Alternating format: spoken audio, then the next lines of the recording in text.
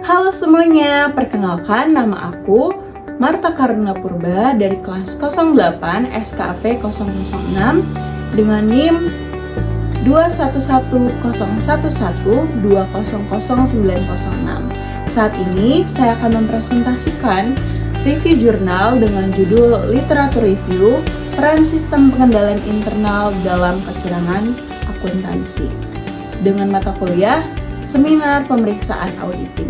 Selamat menyaksikan. Baik, pertama-tama saya akan menjelaskan mengenai dari jurnal tersebut. Jurnal dengan judul Literatur Review, Peran Sistem Pengendalian Internal dalam Pencegahan Kecurangan Akuntansi. Volume 2, nomor 1, halaman 86-95. Dengan tahun 2022, penulis Uli Hidayati, Taris Enji Fahriza, Arli Agista Mardika, dan Risdina Asmianti. Link download pada tertera di gambar dan reviewer oleh saya sendiri, Marta Karuna Purba. Baik, kita akan masuk ke dalam pembahasan. Yang pertama, saya akan membahas abstrak, pendahuluan, landasan teori, metode penelitian, hasil, dan kesimpulan. Untuk materi pertama saya akan jelaskan, yaitu tentang abstrak. Baik, yang pertama abstrak. Penelitian ini bertujuan untuk menganalisis 20 artikel mengenai peran sistem pengendalian internal dalam pencegahan kecurangan akuntansi. Nah, pendekatan naratif literatur review digunakan dengan pencarian artikel melalui Google Scholar dan ResearchGate. Hasil menunjukkan bahwa pengendalian internal yang kuat seperti kontrol fisik, otorisasi, pemisahan tugas, dan dokumentasi dapat mengurangi risiko fraud.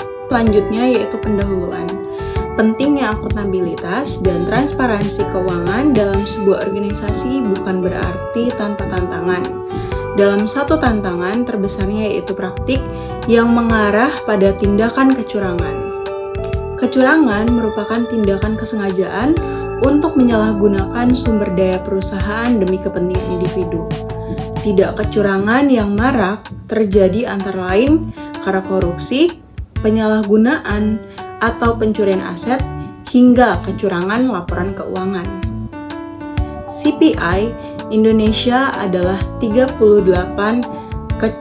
pada skala 1-100 dan menempati ranking ke-96 dari 180 pada tahun 2021. Di ASEAN, Singapura menjadi negara dengan CPI tertinggi yaitu 85 atau ranking keempat.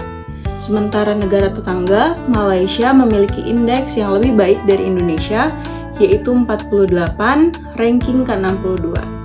Kecurangan akuntansi merupakan bentuk kecurangan pada laporan keuangan yang dilakukan dengan sengaja oleh seseorang untuk mencari keuntungan bagi dirinya sendiri dan merugikan pihak-pihak lain. Kecurangan ini dapat berupa manipulasi data, salah saji, penggelapan dana, dan kecurangan-kecurangan yang dilakukan oleh satu pihak dengan tujuan mencari keuntungan untuk dirinya sendiri maupun pihak yang sudah bekerja sama dengan dirinya dan merugikan pihak-pihak lain. Untuk landasan teori mencakup konsep Frog Hexagon dari Faucinas, definisi fraud, serta fungsi pengendalian internal. Metode penelitian. Penelitian ini menggunakan metode naratif literatur review. Beberapa penelitian terdahulu terkait pengendalian internal dan kecurangan akuntansi. Metode naratif review bertujuan untuk mengidentifikasi dan merangkum artikel yang telah diterbitkan sebelumnya, menghindari duplikasi penelitian, dan mencari bidang studi baru yang belum diteliti. PEO atau Population, Exposure, dan Outcome merupakan kerangka kerja yang digunakan sebagai dasar pencarian literatur. Populasi dalam penelitian ini meliputi pemerintahan, perusahaan publik, maupun perusahaan swasta. Sebagai variabel exposure, yaitu peran sistem pengendalian internal dengan hasil yang diharapkan adalah pencegahan kecurangan akuntansi. Dengan menggunakan kerangka kerja tersebut dapat memastikan pencarian literatur sesuai dengan pertanyaan penelitian yang telah dibuat dalam kriteria inklusi dan eksklusi. Untuk hasil penelitiannya, mayoritas artikel menunjukkan bahwa SPI efektif dalam mencegah fraud.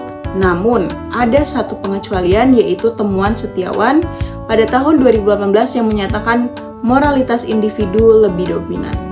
Untuk kesimpulan dan saran, kesimpulan artikel ini menyimpulkan bahwa sistem pengendalian internal atau SPI memiliki peran penting dalam pencegahan atau mencegah kecurangan akuntansi di berbagai sektor.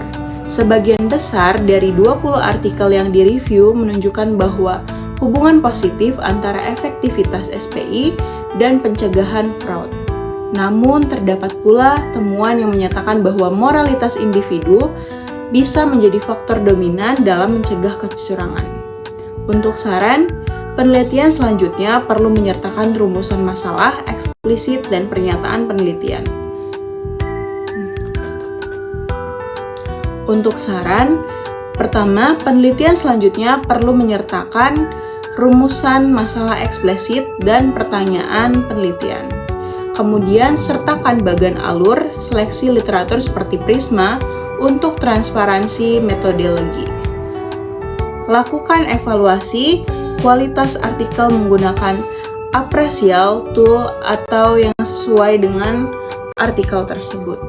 Kemudian, gunakan metode konseptual atau kerangka berpikir untuk mengarahkan sintesis literatur. Dan yang terakhir, tambahkan analisis konseptual terhadap hasil yang berbeda atau bertentangan.